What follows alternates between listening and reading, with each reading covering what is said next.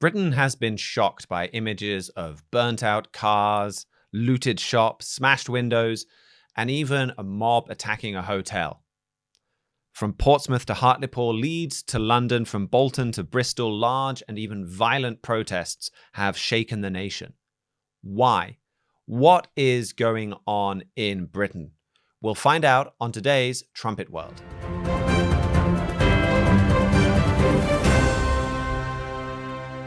Migration is one of the most contentious issues in the world right now. A lot of that media coverage centers on the United States, but everyone struggles. We're going to look at Britain, we're going to look at Canada, we're going to look at Germany on today's show. And you may well have heard about far-right violence in Britain on the news. And there are some genuinely violent and lawless protests that have been going on in Britain right now. But it's also not the full story. What is? Well, we need to look at what has really dominated the news since the Labour Party came to power on July 4th.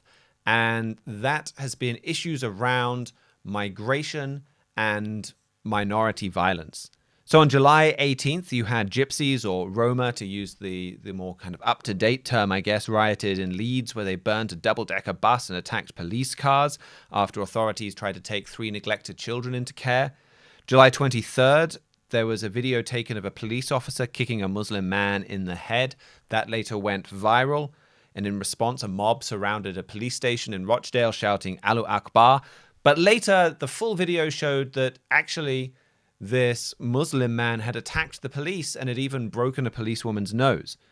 On the same day, a British lieutenant colonel was stabbed near his barracks in Kent, and his killer was reportedly born in Nigeria. And then the big issue, on July 29th, the son of immigrants from Rwanda murdered 3 children and wounded 8 more in a stabbing spree at a dance class in Southport near Liverpool, where this was an event for children age 6 to 11. And this 17-year-old boy showed up and started killing. That, of course, is an enormously emotive event. And the result has been protests, riots, and ethnic clashes. So in Rotherham on Sunday, rioters gathered outside a Holiday Inn Express that was used to house migrants. Some smashed windows, others tried to set the building on fire. In Liverpool, there's videos showing rioters shoving a policeman off his motorbike, looting a convenience store, setting fire to a library.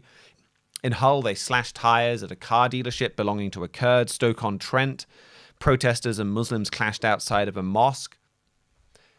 Many of those organizing some of these protests talked about intending to remain peaceful. The organizer, for example, in a march in Middlesbrough, really exhorted everyone, saying, let's keep it right today, stand up for our country. He talked about it's not about race, color, or religion. But, hardly far-right sentiments. But even so, there was violence. A group ended up attacking cars and homes in a migrant area. And then immigrants, largely Pakistani Muslims, responded by attacking random white people in the town center. And usually in Northern Ireland, these demonstrators have actually been bringing people together. The protesters have succeeded in uniting Catholics and Protestants as they join forces to protest against mass migration. But the numbers for all of these protests are measured in the hundreds. Liverpool is the biggest with about 1,500. So that's the situation. You do have some protests. You do have some genuine violence. But there are several massive problems with the way that this is being reported. The first is that this is being reported very selectively. We're being told by the media, by the Prime Minister, by the police that this is far-right thugs. Often the same TV broadcasts that are telling us this show that it isn't. Here's an example. This is a video of Sky News. They're talking about dangerous far-right rioters while Muslims with machetes walk behind them. And look very pleased about it whilst they did it. Then there was this, as I say, clash between protesters and the police, and that is when they then ran off across the park here. A big group ran off looking for trouble, it looked like, to us. So we're just going to step away now from this group behind us, but a lot of disorder here. Here's another also from Sky News where they want to report on some of the riots, and someone who's very clearly not far right comes up and threateningly starts shouting, "Free Palestine." Community leaders have been speaking to the police as well because... Free Palestine! Free Palestine! Apologies for the language you're hearing, but a sense of the anger I think you can hear there. Yeah, Katie, I think Becky, I apologise. And later, for these same reporters covering this same protest, they're sitting in the car while these same type of people are coming by with machetes and knives, slashing the tires. You had Muslim mobs in Birmingham attacking a pub, and that didn't really get reported very much. Or when those kind of things do get reported, it's very misleading for the violence in Birmingham. The BBC headline was "Cars and Pub Attacked in Birmingham." No mention of who is doing the attacking in that case. And actually, the entire article didn't mention that this was largely Muslim men doing these attacks. At the same time, Birmingham City Council put out a statement condemning, quote, Islamophobic and racist violence from the far right. They're putting out that statement even while Muslim mobs are attacking white people within one particular part of Birmingham in that evening. So media and government are colluding to give people a distorted picture. There is some far-right violence, and it is to be condemned. I've seen some of these videos of people looting stores. And yeah, in some of these people, they're white British people. You can hear their accents. You can see them. They're not immigrants. And there is no excuse for going up and smashing up a store. As a side note, one of the stores I saw was, I think, Lush, like a cosmetic store.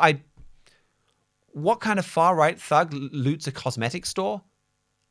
Like, do skinheads have a big thing for beauty product? I mean, they don't need shampoo.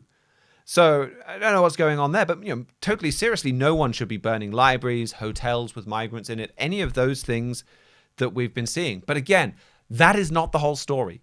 That has been magnified, and the violence that's been coming from migrants and from some of these Muslim communities has been ignored, as in some cases been attributed to the far right, or just completely covered up. So the mainstream and politicians are not giving the full picture. If you say all of this violence is far right and you ignore what Muslims and some of these other minorities are doing, you're lying. And you could say, well, it's only a minority of Muslims, and I'm absolutely sure that it is. But at the same time, it's only a minority of people that have a problem with migration, that are rioting and burning down cities. That perspective is never given. And no good ever comes from covering up truth like that. Another way that the government and the media are lying is they don't want to talk about the migration problem. They don't want to talk about the context that I started this segment giving you. Look what happens to a senior ex-policeman as he tries to bring up some of the context in an interview with the BBC. Taking their responsibility away because it's my colleagues and my family members who are in the front line dealing with this. They're taking the brickbats. What I'm saying is you have to be very careful now with tempers the way they are and people's sense of angst of what had gone on in the preceding couple of days where you'd had an army officer stabbed in the back, the misleading representation in the northwest where this occurred. That's a different case there, Kevin, so we'll leave it there. That's Kevin Hurley. They're not. You're missing the point. All of you are missing the point. People conflate this and they make two and they make five. We're worsening that conflation by mentioning the two cases together here. So we'll leave it there. Thank you. Kevin Hurley, who's the former Detective Chief Superintendent. Yeah, basically, the response is, nope, we can't talk about that. What really is the bigger problem that we've seen in Britain over the last few weeks? Is it a few hundred people gathering together and setting fire to cars and other buildings that is terrible, that they shouldn't be doing? Or is it the son of a migrant who murders 3 little girls? Nobody's been killed, thankfully, in any of these riots and protests. I'm more worried about somebody showing up at a dance class and murdering children. But we're not talking about addressing that problem. It's only the riots that are talked about as a problem now. And remember, there are years of problems derived from integration and migration here. Rotherham has been a center for some of these protests. For years, Pakistani Muslims systematically raped 1,400 girls, or even way more than that. I think that was the minimum figure. And authorities colluded to cover it up. And even now that that story is broken, many of the worst perpetrators were arrested, they were tried, they went to jail, they've not been deported. They're back out now in those same communities. I mean, look at what Britain has had over the last few decades.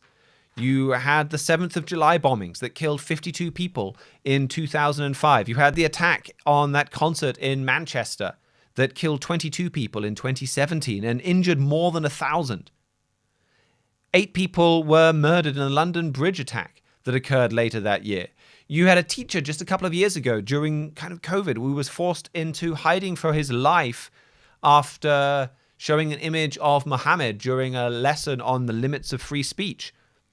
You had just last year an autistic boy who dropped a copy of the Quran, who received death threats and was completely harassed. Britain has, in every single election, going back, I think, since at least the first Conservative administration around 2010, has voted for a political party that has promised to reduce migration. And at every single election, the winning party has broken those promises. Anyone who points out to this kind of history right now, to this kind of background, is described as extreme. But it's not extreme to point out that a government that routinely ignores the will of the people and that allows some of its own citizens to be killed in this fashion and doesn't really do anything about it risks an explosion. If people can't change the direction of the country via the ballot box, they are going to look for other ways. But authorities won't deal with these problems. They'd rather just pretend that they don't exist. And contrast the British Prime Minister Sir Keir Starmer's response to these riots to similar protests. Very few were arrested in the widespread pro-Palestinian, really pro-Hamas protests that have endangered Jews in London and left Jews afraid to visit the capital. We didn't have any similar speeches from Sir Keir back then. He wasn't Prime Minister, but he could definitely have stood up more forcefully in his public speeches. When Black Lives Matter protests left 27 policemen in Britain injured, Sir Keir Starmer didn't say this like he did this time. Our police deserve our support as they tackle any and all violent disorder that flares up. Whatever the apparent cause or motivation, we make no distinction. Crime is crime, and this government will tackle it. Instead, what we're seeing this time from the authorities is that these protests are an excuse for them to crack down on free speech and potentially bring in some far-ranging changes to British society. And again, these protests, they are pretty dramatic. There are some dramatic problems here. They also weren't that huge, 1,500 being the biggest demonstration over in Liverpool. But the government's promising massive changes. Here's what Sir Keir Starmer said on August 1st.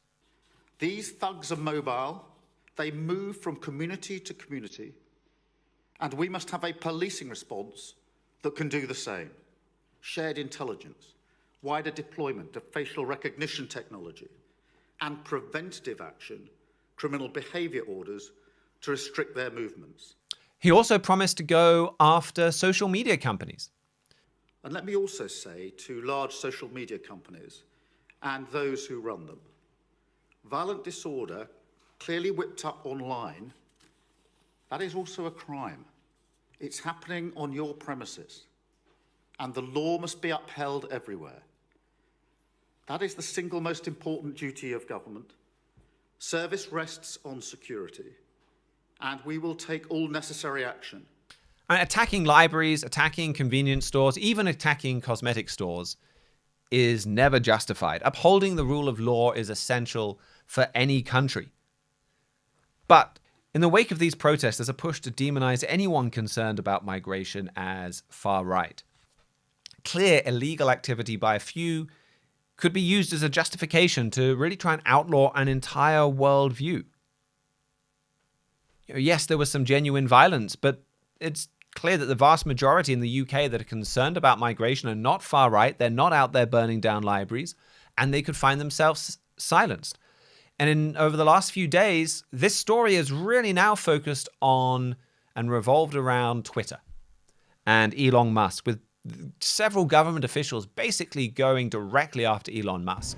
I think Elon Musk's comments were totally unjustifiable. Everyone who has a platform like he does on social media should be acting responsibly. We've seen police officers seriously injured. We've seen buildings set alight. Everyone, absolutely everyone, should be calling for calm in this situation. And so I do think that his comments are irresponsible and, as the Prime Minister's spokesperson said yesterday, totally unjustifiable. A lot of these protests are being blamed on, quote, misinformation being spread on Twitter. And there's a tiny grain of truth to this that has been massively blown out. So there was a rumor circulating on Twitter that the dance attacker that killed those 3 little girls was a Muslim who came to the UK illegally on one of these small boats crossing the channel. But I don't think that spread that far before the truth came out. Certainly by the time I was looking at the story, it was already clear that that was false. And really, I think the cause of this, quote, misinformation is mainstream censorship. Because for days after the attack, all that the mainstream media would say about the attacker was that he was a British lad born in Cardiff. You know, even to this day, it's kind of hard to find out information about this attacker unless you happen to know that his name was Axel Mungangwa Rudakabana. If you know his name, you can search for information, but a lot of news articles will just say, nope, 17-year-old born in Wales. They omit that his parents were migrants from Rwanda. So, you know, if vital bits of information that you need to understand a news story are omitted from mainstream coverage, of course people are going to turn to other sources for the news. And if your organizations that have the resources to report accurately and verify reports lie to the public, you're going to force people to start looking at less reputable sources, and there are going to be mistakes. So if you want to fix this misinformation problem, fix the mainstream media, not Twitter. Really, they're going after Twitter not because of misinformation, it's because of information they cannot control. They'd rather that the name of this attacker never circulated, that people never knew his background. You look at the background of this person from Nigeria who stabbed that British soldier. Now, I'm not even 100% sure he is from Nigeria. It is not mentioned in a single British news outlet. It is mentioned in Nigerian news outlets, so I'm bringing it to you because at least there are quite a few news sources from Nigeria that report that. African news sources tend not to have the same resources as Western news sources, so I am a little reticent to trust them. But again, this information, you can't find it on Google. It's being censored. They don't want it out there. Then the result is people that don't trust the government, that don't trust the news, that don't trust the media, they trust what they see on Twitter, and then the government wants to shut that down as well. They want to control the narrative. They want to control truth. Melanie Phillips wrote this week, for an increasing number of people, there's now an automatic presumption that authorities aren't telling them the truth. That's because there's such a dislocation between what people see with their own eyes is happening and what they're told or not told about it, and what they can see is or is not being done about it. You know, these riots are in part a reaction to how hard it is to get the truth. But they're going to be used as an excuse for greater censorship on Twitter, for the use of video surveillance, as you heard from the Prime Minister, to stop people getting on trains if we disagree with your view. I mean, what will come of that? You posted something on Twitter that we don't like, therefore you can't get on a train. I mean, that's worse than Soviet style. That's kind of Chinese Communist Party tactics. And this is coming from a government that has pledged tougher hate speech laws. This is from a government that has halted the implementation of the Higher Education Freedom of Speech Act, something that was designed to stop professors losing their job for saying things that were unpopular. That law was passed before they came into office. They're trying to effectively cancel it. They've promised new laws against, quote, Islamophobia that's going to make just about any criticism of Islam, any discussion about wider problems with Islam integrating into society, communities being violent. Is there a problem with Islamic men raping British women that we've clearly seen? And rather, it would be very effective at shutting down all of those discussions. Spiked had an article where they wrote, Starmer belongs to a breed of politician who instinctively sees dissent as dangerous and citizens as needing to be monitored and managed. I dare say we can expect more liberal authoritarianism from this barrister turned chief prosecutor turned technocrat in chief. It's in his DNA. So migration is turning into a double curse for Britain. It causes problems. Now it's an excuse for a heavy-handed crackdown on the whole country. We'll look at what the Bible has to say about this shortly. This situation was prophesied precisely. But first I want to get a good look at the migrant crisis in another couple of countries as they reveal some very important parts of this story. Welcome back to Trumpet World. Canada has had an absolutely astonishing level of migration over the last few years. To help us understand what is happening, the scale of what is happening, and how that is affecting overall Canadian society, I'm joined by Abraham Blondeau. Abraham, good afternoon. Can you give us a sense of what is happening on migration in Canada? Yes, thanks for having me back on the show. And like you said, over the last few years, Canada has had record-breaking immigration into the country. And what makes the case about Canada interesting is that we don't really have a lot of borders that people can just freely walk into the country. We share a long border with the United States, but generally people use Canada to go into the United States. That's usually the flow of traffic there.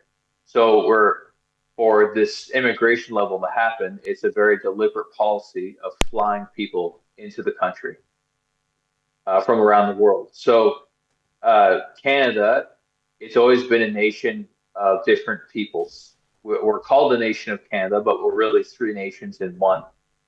You have English Canada, French Canada, and the Indigenous peoples. They all have different levels of sovereignty. And that's important to understand because there's never been the expectation that we become one homogenous country.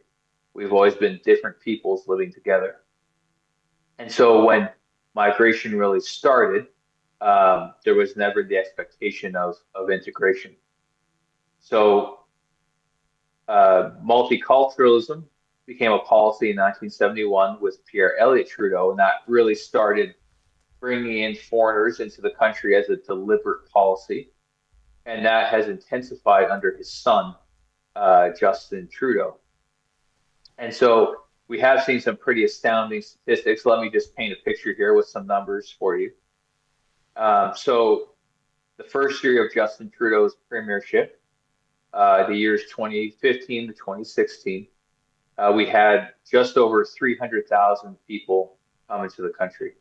And that stayed pretty steady until we get to 2021, where we had close to 500,000 people coming to the country. And then in the last quarter of 2023, we had over 400,000 people come in just in that one quarter, which for a country of, it was only about 36 million people. So that's an astounding amount of people to suddenly come into the country and just impact the demographics and the population everywhere. And the other big story in Canada has been the housing crisis and affordability issues, and this immigration surge is really fueling that. And so you have right now, you have about 2.5 million people in Canada are non-permanent residents. So they're just people who are living here on different kinds of visas. That makes about 6% of the entire population of the country. But if you zoom out from that, about 23% of the entire Canadian population are made up of immigrants and permanent residents, so non-citizens. So that's a quarter of the country is in flux. They're not actually citizens of the country. And so this is, you've seen them have a huge impact on Canada because, like I said, with affordability, but also it impacts the culture. Because as they come into the country, you're seeing these smaller communities of different nations build up, especially Vancouver, Toronto, Montreal, Halifax. And it definitely changes the voting demographics. the economic demographics, and it has had a huge, profound effect on the country. So we're looking at Canada importing, more than 1% of its entire population every year, which I just find astonishing. Like, if that was the United States, you'd be looking at a similar percentage, 4-5 million people coming in. I think legal migration, it's about 1 million people in the US become citizens every year. And on a per capita basis, this is a bigger immigration than I think even than we're seeing in the United States. And that is just what to me is really striking about this is it's hard to call it a migrant crisis in Canada because it's not North Dakotans fleeing across the Canadian border from some inter-Dakotanal war or something like this. It's not out of control. This is the government deliberately bringing unsustainable numbers of people into the country, which is kind of flabbergasting.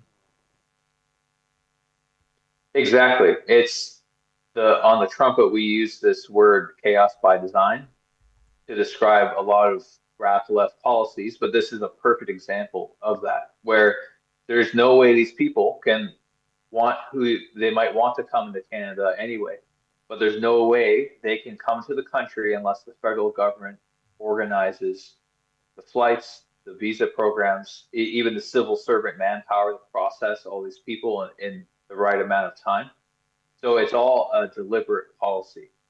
And that's why I think it's worth looping Canada into this discussion, where we've been talking about Britain. I'm going to talk with Joshua about Germany shortly. And in both of those countries, I think it can be easy to look at that as an accident, a crisis, government getting out of control. And there is some element to that in these countries. I think Canada shines a unique spotlight in that at least some aspect of this crisis is a result of deliberate choice, of government actively saying, we want more migrants in this country. I mean, it's the same in Britain, where Britain took back control of its borders with Brexit. And yeah, we do have a small boats crisis on our southern border with people coming across the English Channel. But a lot of Britain's migration, we've had record levels now that we can control our borders, because governments then use that opportunity to actually not cut migration the way that every election people voted for, but to bring even more in. That's exactly right. And I think the natural question everyone is asking is why? What's the intent behind this crisis, and this crisis by design? And so it's difficult to know all the reasons. Some of it is ideological. They truly believe that immigration is the way to go. That a lot of them believe that making a patchwork of cultures in Canada, that's our destiny. That's the way it will always be. And I think a lot of it comes to these votes that migrants vote left. I think that's exactly that's short-sighted part of the reason. But sorry, go on. But no, that was the last point I was getting to. Is I recently witnessed a citizenship ceremony, and the whole thing was engineered to point them in a definite leftward direction. All these people becoming citizens with the right to vote. All the videos, the speeches, the interactions with the mayor and the justice and all this, it was all engineered to point them in a direction to support Justin Trudeau's policies, to take responsibility to vote, to allow more of your friends and family into the country. And so it's all carefully engineered every step of the way. And so the last video that the new citizens watch, it's a video from the Prime Minister, and he basically says, "Remember this day. Remember the day you became a Canadian." And I almost thought he was going to say, "End the Liberal voter," but he didn't go that far.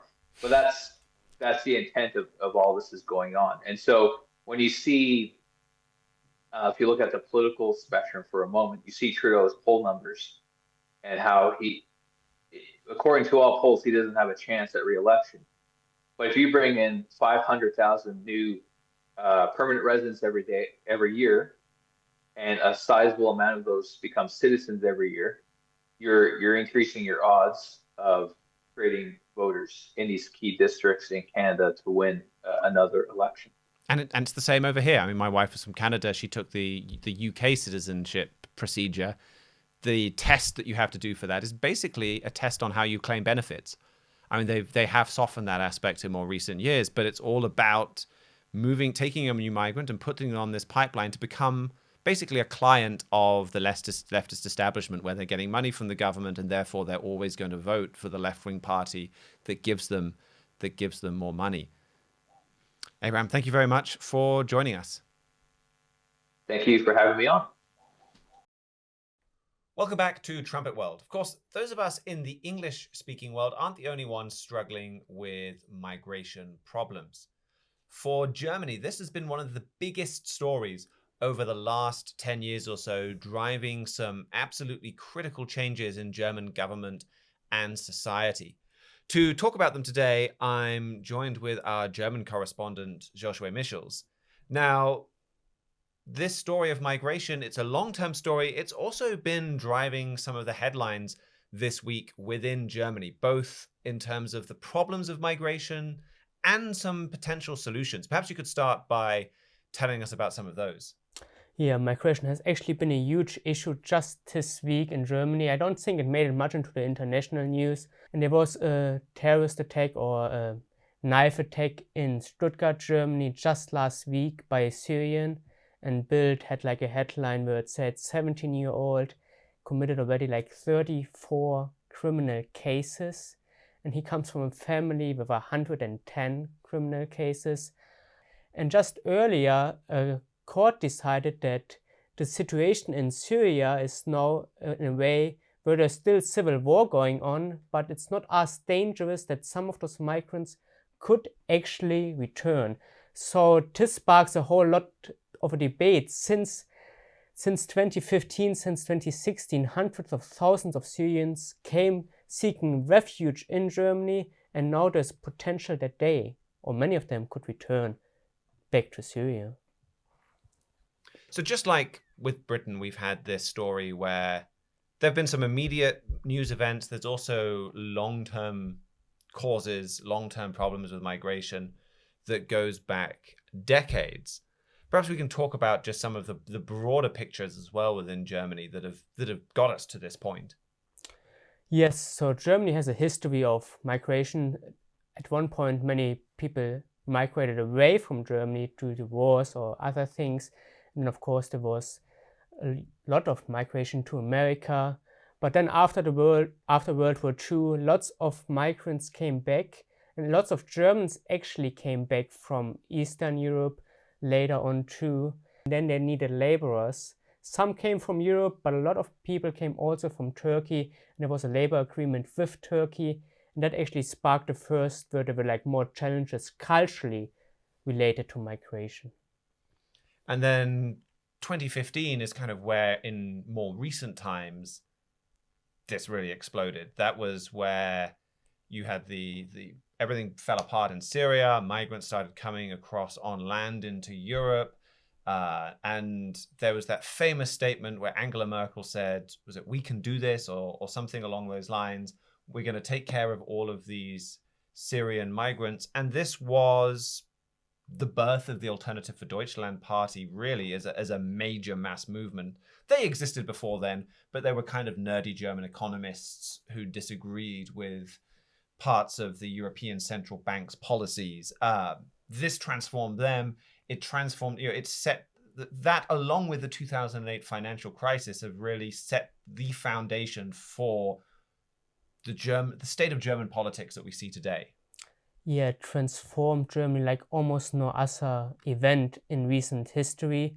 We had on the cover Germany's 9/11, which was talking about a terrorist attack, but that whole crisis is more like transforming Germany in a very similar way. And the rise of the far right was a big movement. And I remember in 2015, 2016, going through many of those reports where movements were attacking like the refugee centers, setting them in place. Far right terrorism was a big issue, similar to the when after Germany reunited in the 1990s. We have seen something very similar to that. And I think, I mean, we can talk about some of the statistics where, was it several million that ended up coming in, 1 or 2 million after the Syrian crisis? Yeah, 1 million from Syria, but then there were also other areas like Afghanistan and other related Middle Eastern countries and other related regions who had problems at the time.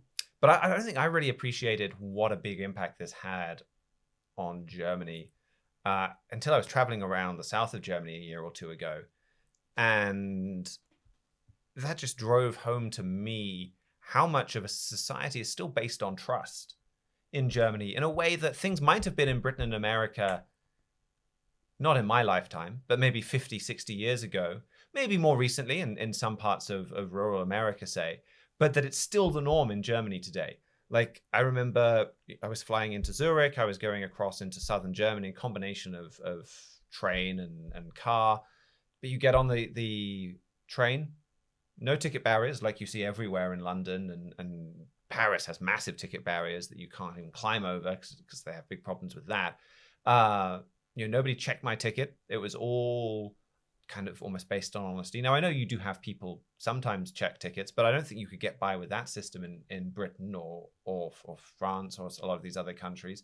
You get to a hotel, I stayed at several different hotels. Every hotel that I stayed at had some kind of room with no staff oversight in it, with a fridge full of drinks, and in some cases just like a plastic box on the table. And the idea was you helped yourself to anything from a glass of Coke or a soft drink to beer to a bottle of wine. They had a price list, and you just put the money in the box.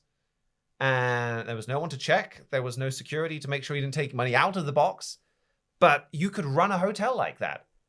And you have a society where that's how people are used to functioning. And then you bring in 1 million migrants from Syria, and you bring in a lot of people that, okay, we don't have all of the statistics in terms of what percentage stick by that rules, but you do suddenly get a large influx of people that aren't sticking by that rules. Then you have this explosion. And that's kind of what you had in Germany after 2015, 2016, where that honesty-based society didn't really work anymore, and it had quite wide-reaching ramifications. Yeah, financial ramifications too, because you have to house all of those refugees and you have to give them money to sustain themselves. And if they find a job, then the other question is, are they taking a job away from a German citizen that might be taking their job? So there was a lot of clash at the time. All those questions came up. Now, many of them were like, yes, Syria is in a big crisis and we want to help. And it doesn't, I mean, it takes a minority, basically, to start making this a major problem. And you had this becoming a problem in a couple of ways. You had it with the terrorist attacks that you mentioned. We had that Germany's 9/11 on the cover, where you started to have these killings, like at the Berlin Christmas market, people driving trucks and stabbings. And then the other way that this caused a lot of problems was this is lots of young Muslim men, and it's these stories of disrespect to German women, to put it politely. You have this, what became infamous, was it 2015, this Cologne assault, where it was New Year's Eve and the Germans were out partying, and as people do, I guess, on New Year's Eve, both in Germany and in Britain, they're not covering up the best, and then migrants were just going around grabbing people. Last summer, swimming pools seemed like they were a big deal, where you had public swimming pools just shutting down because they couldn't deal with women being harassed at these swimming pools by migrants. People didn't want to come into work because they didn't want to have to put up with this. Yeah, actually, I was in the swimming center where I was growing up in, and I was there recently, and I saw a sign in Arabic telling the refugees or immigrants to not touch the women. So that was a surreal moment. But it's apparently common that you have to have those signs everywhere now. So it's causing, I mean, you can understand why that is causing a lot of outrage. And this is shifting Germany then in quite fundamental ways. We're seeing a shift in their attitude to Muslim migrants, but a shift in other ways as well. Yeah, so what we have seen here is that Germany really needs to see how to address this issue. And there's one major way it can address the issue, and that's actually going into the Middle East. And there they say they need to address the causes of the refugee crisis, and that causes them to make new agreements. With famous one in 2016 was Turkey. So they said, Turkey, you can't let those refugees come through. You need to stop them. And they built up the camps in Turkey, and Germany lent them money or gave them money to support those refugees. And now they're saying with Syria, we need to have an agreement with Syria where we can return refugees there. And you see it with different countries where they're saying we need to give them economic support, we need to make better relations with them, to form an alliance that really allows us to be able to in a position to bring those migrants back from where they came from. I think it was May, there was I just saw this coming back up in the news, where in May the EU made this €1 billion deal with Lebanon to keep further refugees from coming into Cyprus, an EU country. But I think there's talk that Giorgia Meloni in Italy wants an even closer relationship with Lebanon so that they can start sending migrants over to Lebanon. It's brought European governments, I guess this is less a German issue, but Southern Europe, where they're being affected less by the Syrian migrants, I'm thinking Italy and Spain and Malta, but by North African migrants, it's led to many of these countries getting involved in the Lebanese civil war. So it is driving a European engagement in the Middle East with a lot more urgency than we've seen in the past. But then there's also just more basic cultural shifts that we're seeing within Germany as a consequence of this. Yeah, so there's always been talk in Germany about having like a guiding culture, like who are we as Germans? That was something the Germans had a hard time with. After World War II, they're like, we have a history of warfare, and we just came out of that brutal war. Like, who are we as Germans? So they kind of try to avoid that topic altogether. But then if you bring someone in from outside, then they're saying you have to immigrate and you have to embrace our culture. And then they're asking, well, what actually is my culture? And that's when that movement started. Like, we need to embrace our historic roots more. And many pointed out, like, every town in Germany has a church. So obviously Christianity is our history. And I actually have a quote here from a German former defense minister. He's a Catholic, and he hasn't been shy about his views on that. And in 2017 speech, he said, when we're not ready to love our culture, then others will start to define our culture. And it can't be our goal to leave that which grew over centuries and which is seen in the church towers, which is seen in the club culture, which is grown in a Christian, Jewish, Western society to others that come in to us. So we have seen a stronger push to embrace that culture.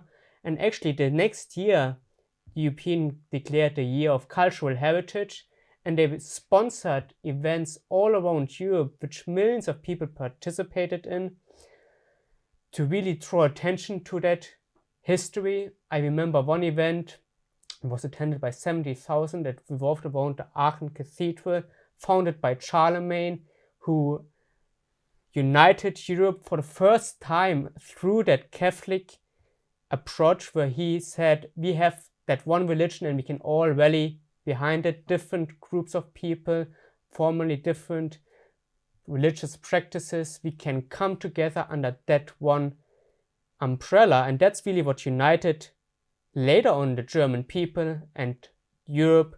And that's what the European Union is also founded on, although they recently just haven't really embraced that much. That's been a fascinating aspect of all of this to me, is this use of, or the way that the migrant crisis has pushed Europe to become more Christian. Not really in a kind of attending church sense, but it has pushed it forward. It's made it a much bigger political issue than it used to be. I think it was Bavaria under Markus Söder, like in the aftermath of 2015 and all of these migrants and all of this, where they mandated the cross be displayed in all public buildings. You've had France do more and more to crack down on the use of the burqa and Islamic head coverings. So you're kind of getting Christian imagery promoted while Islamic imagery being banned. Because what is the cultural difference between migrants coming into Europe and those already there? And Christian heritage is the simplest, most immediate answer. And I think that's driving this Christianization of Germany. It's driving Christianity to take on more of a public role in this very secular France, where there's usually a very clear divide between church and state. So that, I think, has been maybe something we can delve into more in another show, but a really revealing aspect of this. So we began this show talking about migration in Britain, obviously the explosion of riots there, the way that the leadership is basically trying to deny that there's any kind of migrant problem and say that this is only a far-right problem. When it comes to Germany, we've been forecasting Germany going in a bit of a different direction, because all of these different directions that we've been talking about here, that the migrant crisis is pushing Germany, to be more involved in the Middle East, to have a more of a Christian culture, to have even a strong leader that can deal with some of the fallout, that can deal with the lawlessness that has come with some of these migrants. These are all forecast in the Bible. And what we're seeing with Europe is that Bible prophecy tells us that actually this migrant crisis is going to go in quite a different direction, ultimately, in Britain versus what is happening in Europe. And I think we're starting to see some of that already, but the Bible shows us where we go from here for both. Yes, so the Bible prophecy really guides our news analysis here, because otherwise you really can't understand it, because Germany seems pulled in very different directions.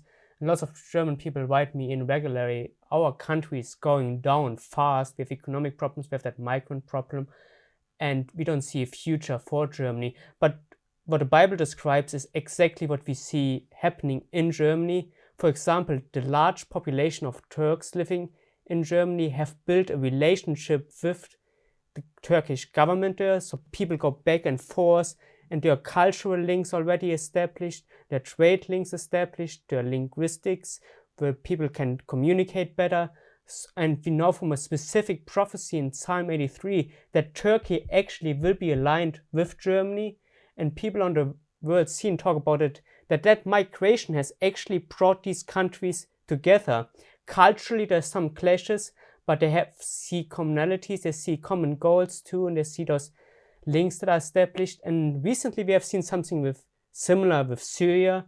Those million Syrians that came, they have been trained in Germany, many have learned German, they have gained skills, and now they're talking about sending them back to Syria. They will always have that link back to Germany, they will always be grateful to Germany, but Syria is another country that's prophesied to actually be aligned with Germany, so we see it from there. But there's another prophecy that also shows another angle of that. That's where we see maybe more of the more aggressive response from Europe, more of just saying we need to go back to our cultural roots, and that's confronting radical Islam, that's confronting the terrorist causes. Like our editor-in-chief, J.F. Louis, has often pointed out that all the terrorism the main sponsor is Iran, and the Bible specifically prophesies that Germany will confront Iran in the Middle East, because they're seeing that it's not sustainable to house all those refugees, that many of them are fleeing from terrorism. There are other causes as well, but if you have that constant flow of migration, that doesn't help. And then recently Iran has done other things that provoke Germany in the Red Sea, where it's threatening trade, and Germany is also an outspoken ally of Israel at the moment, where they're saying you can't threaten Israel, and we stand with Israel. So we see many signs that show that Germany is about to confront Iran, and the refugee crisis will give Germany an additional reason for doing that. So while Germany is going to respond very differently, and you see some of the same problems as, for example, Britain has, Germany's response is prophesied to be very different, and we see it very much so in the news already, that that's exactly where Germany is heading. Well, thank you very much for that, Joshua. We'll take a quick break. When we get back, we'll explore a bit more about why these countries are on two very different paths and where this migration crisis is taking Britain. Hello and welcome back to Trumpet World. I want to conclude by talking about a very specific message the Bible has for Britain, Canada, Australia, and other former British colonies. Last time on the show, we talked a little bit about Herbert W. Armstrong's book, The United States and Britain in Prophecy. It really is at the foundation to so much of what we discuss and will discuss on this show. That book unlocks Bible prophecy for you. And Mr. Armstrong shows in that book that Britain is descended from Ephraim, a son of Joseph. The book of Genesis, in particular Genesis 48 and 49, talk about Ephraim being a colonizing power, a multitude of nations, or a company of nations, as Genesis 48 and verse 19 puts it. And that is exactly what we see. The book of Hosea talks about Ephraim 37 times. It makes that book very relevant to what is going on right now in Britain and these other countries. This book reveals why the migration crisis in Britain and Germany is going in a very different directions. There are some similarities in these two countries with the problem, and there's some similarities in response, but ultimately these two nations end up in very different places. So we'll have a quick look at the book of Hosea, what it tells us about the migrant crisis, where it's headed, and it will help us see God's love in what Britain, what Germany, and what the whole world is going through right now. I'll start in Hosea 13 and verse 9. Here it says, "O Israel, you have destroyed yourself." And we'll come back to the rest of that verse later. But this is really a theme.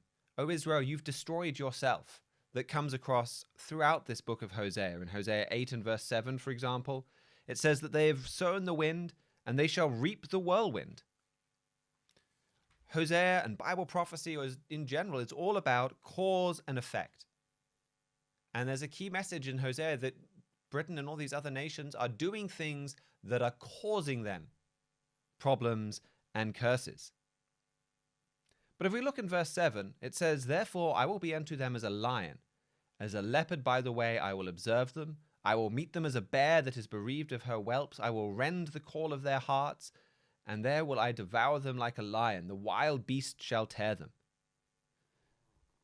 Is there a contradiction here? God says, Israel, you've destroyed yourself, but then just in the verse before, he says, well, I've devoured Israel and Ephraim like a lion. Well, there's no contradiction, but it's telling us an important truth. We are destroying ourselves, but God is also adding on curses and destruction.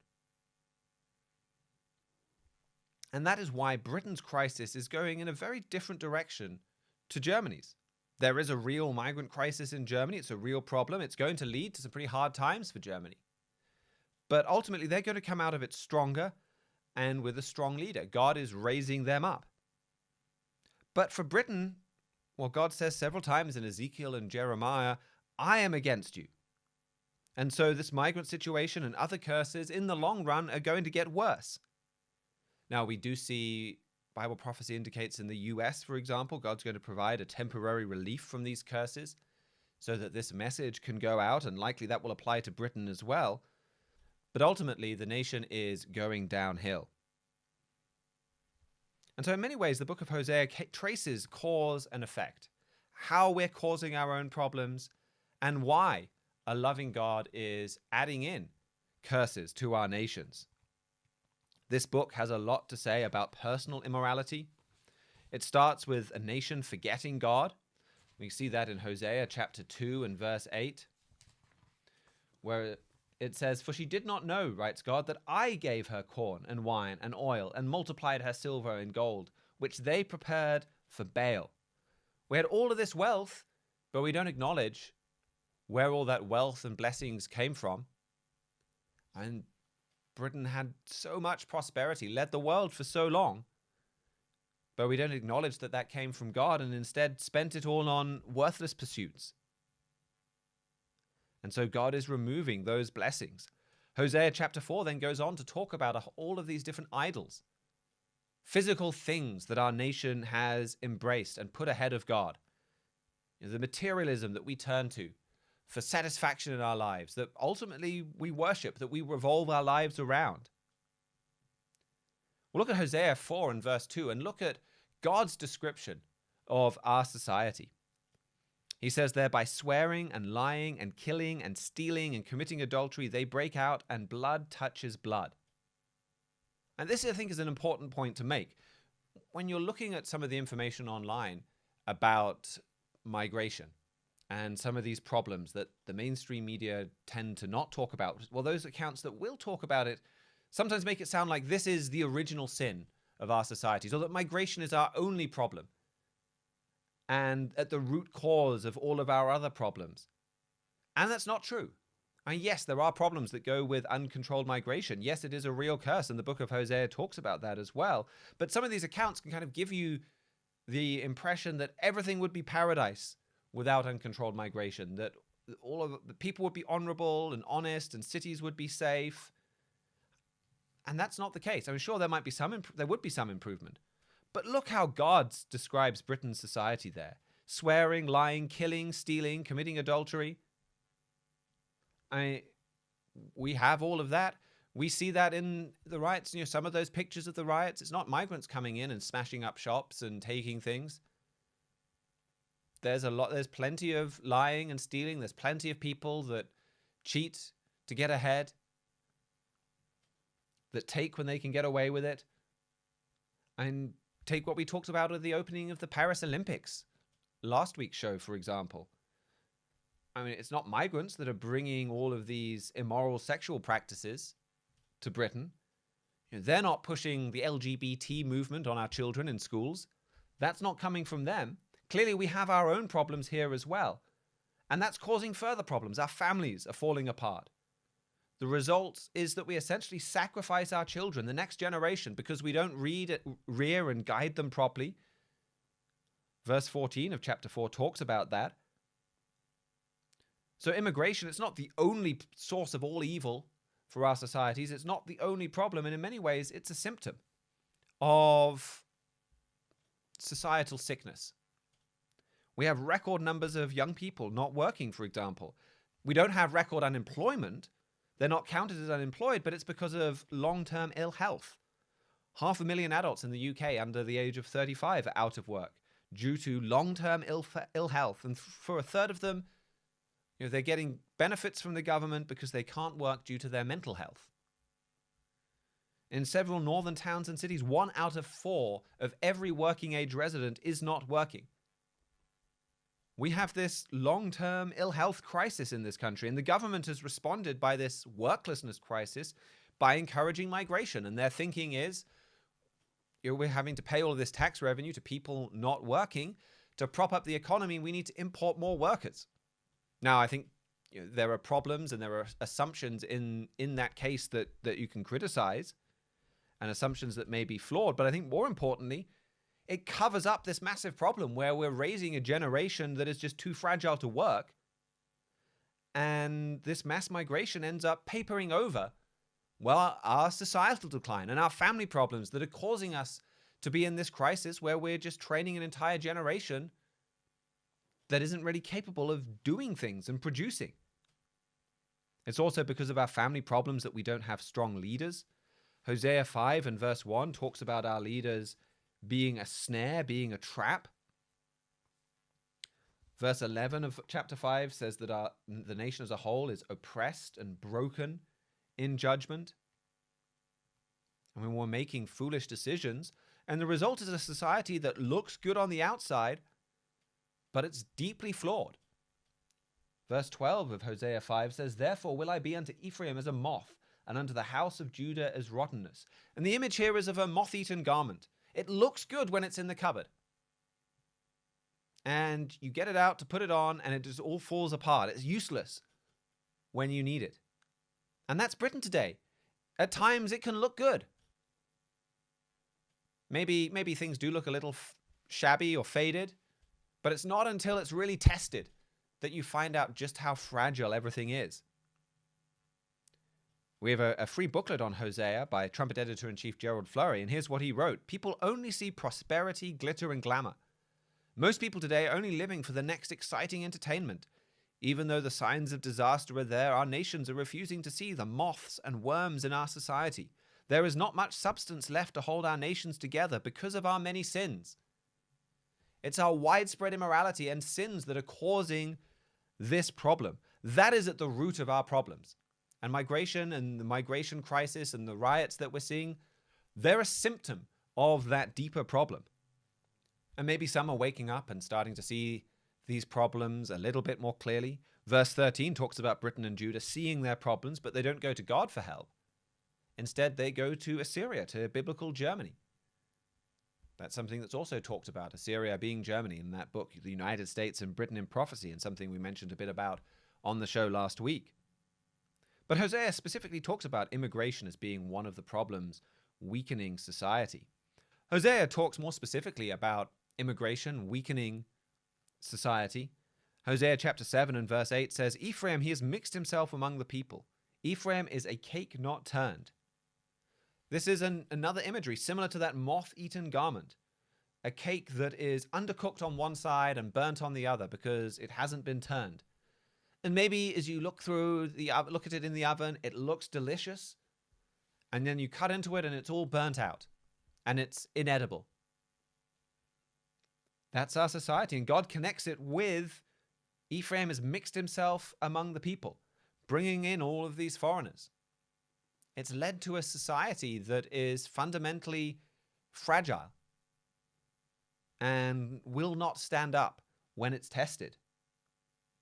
Verse 9 says, strangers have devoured his strength, and he knows it not. Yes, grey hairs are here and there upon him, and he knows it not. Our society is a lot weaker than we really realize. Some people are waking up to the fact that strangers have devoured their strength. But when you read verses like this, you wonder if even those on the right realize just how bad the problem is. Certainly the government doesn't. They think that strength is there and then it'll be called upon and tested, and the nation just falls apart. But why? Why does a loving God allow these curses and even add to these curses? Why not step in, give us better leadership, save us from these problems? Hosea lists all of these curses in detail. And we can know that this book is reliable and accurate because we look around and we see these being fulfilled. And we see how perfectly it describes our society. But this book also has some of the most positive and encouraging verses in the Bible for Britain. And Hosea, the name means salvation. That's what God wants for Britain, for Germany, for the world. And that's the big picture of this book. It's why God adds on these curses and suffering. It's all about God bringing salvation. Let's look back at Hosea chapter 5. Verse 6 and 7 says, they go with their flock and with their herds to seek the Eternal, but they shall not find him. He has withdrawn himself from him. There's some half-hearted seeking of God from Britain as things go wrong. But as verse 7 goes on to talk about, it's treacherous, it's not sincere. We already mentioned Hosea 5 and verse 13 that talks about when Britain sees their problems, they ultimately look for other nations for help instead of to God. The end result is verse 14, where God says, for I will be unto Ephraim as a lion, and as a young lion to the house of Judah. I, even I, will tear and go away. I will take away, and none shall rescue him. So God actively brings a lot of suffering on our countries. It's going to get pretty bad. But then look at verse 15. I will go and return to my place till they acknowledge their offense and seek my face. In their affliction, they will seek me early. This is the hope. This is why God punishes. Once things get really bad, they come and they seek God early. The nation repents. The nation changes. The nation has been causing its own destruction. Oh, Israel, you've destroyed yourself. This is what it takes to get our people to stop destroying ourselves. That's what God is concerned about. This is why it all flows from his love. It's what it takes to stop us from destroying ourselves. Hosea is full of references to a message going out to Britain right now that they could heed and change and will ultimately help them turn around. Verse 9, for example, says, Ephraim shall be desolate in the day of rebuke. There's going to be a lot of suffering in that day of rebuke. But among the tribes of Israel, I have made known that which shall surely be. God prophesies that he would make known in advance what would happen. Verse 8 says, blow you the cornet in Gibeah, and the trumpet in Ramah. Cry aloud in Bethaven after you, O Benjamin. He sounds trumpet warning. An urgent message to repent and to change. And so then verse 15 tells us that once things get really bad, Britain will hear this message and they turn to God. We look at Hosea chapter 6. It says, come and let us return unto the Eternal, for he is torn. He will heal us. He is smitten and he will bind us up. The nation goes after God and looks for healing from him. Chapter 11 of this book goes into great detail about how much God loves Ephraim, this nation that he is correcting. And so if we go back to where we started, Hosea 13 and verse 9, God says, O Israel, you have destroyed yourself, but in me is your help. God does all of this to bring salvation to the whole nation and ultimately the whole world. He loves all nations. He says he's not a respecter of persons. So when he has this description in chapter 11 about how much he loves Ephraim, God wants to have a loving relationship with all nations. And he's working with them in slightly different ways at different times. God is using and raising up biblical Assyria or Germany to correct Israel. So he will ensure that their migrant crisis sculpts them into a strong nation that he's going to use to correct Britain and America. But then in the book of Nahum, God says to Assyria this time, a little later on, I am against you. Just like he says now against Britain and America. He brings punishment on Assyria, on Germany, for the same reason that he is now bringing punishment on Britain. He loves all of these nations. He wants to bring all nations to him ultimately. And that's the end result. God is punishing Britain right now. But Hosea helps us put that punishment within the context of a loving God planning to bring salvation to the whole world. Well, that is about all we have time for. Thank you so much for joining us. If you like the show, please do give us a like or subscribe on YouTube or Rumble. You can email us. We have our own email address now, trumpetworld@thetrumpet.com. Remember, you can get all of the literature that we've mentioned on this show on our website, thetrumpet.com. The United States and Britain in Prophecy is just a fantastic place to start. We have a little booklet on Hosea that can take you through more of what we've talked about today. You can order your own free print copies of both of those books on our website. Please do send us in your feedback, your ideas, any questions. We'll be back on Friday, and until then, keep watching your world.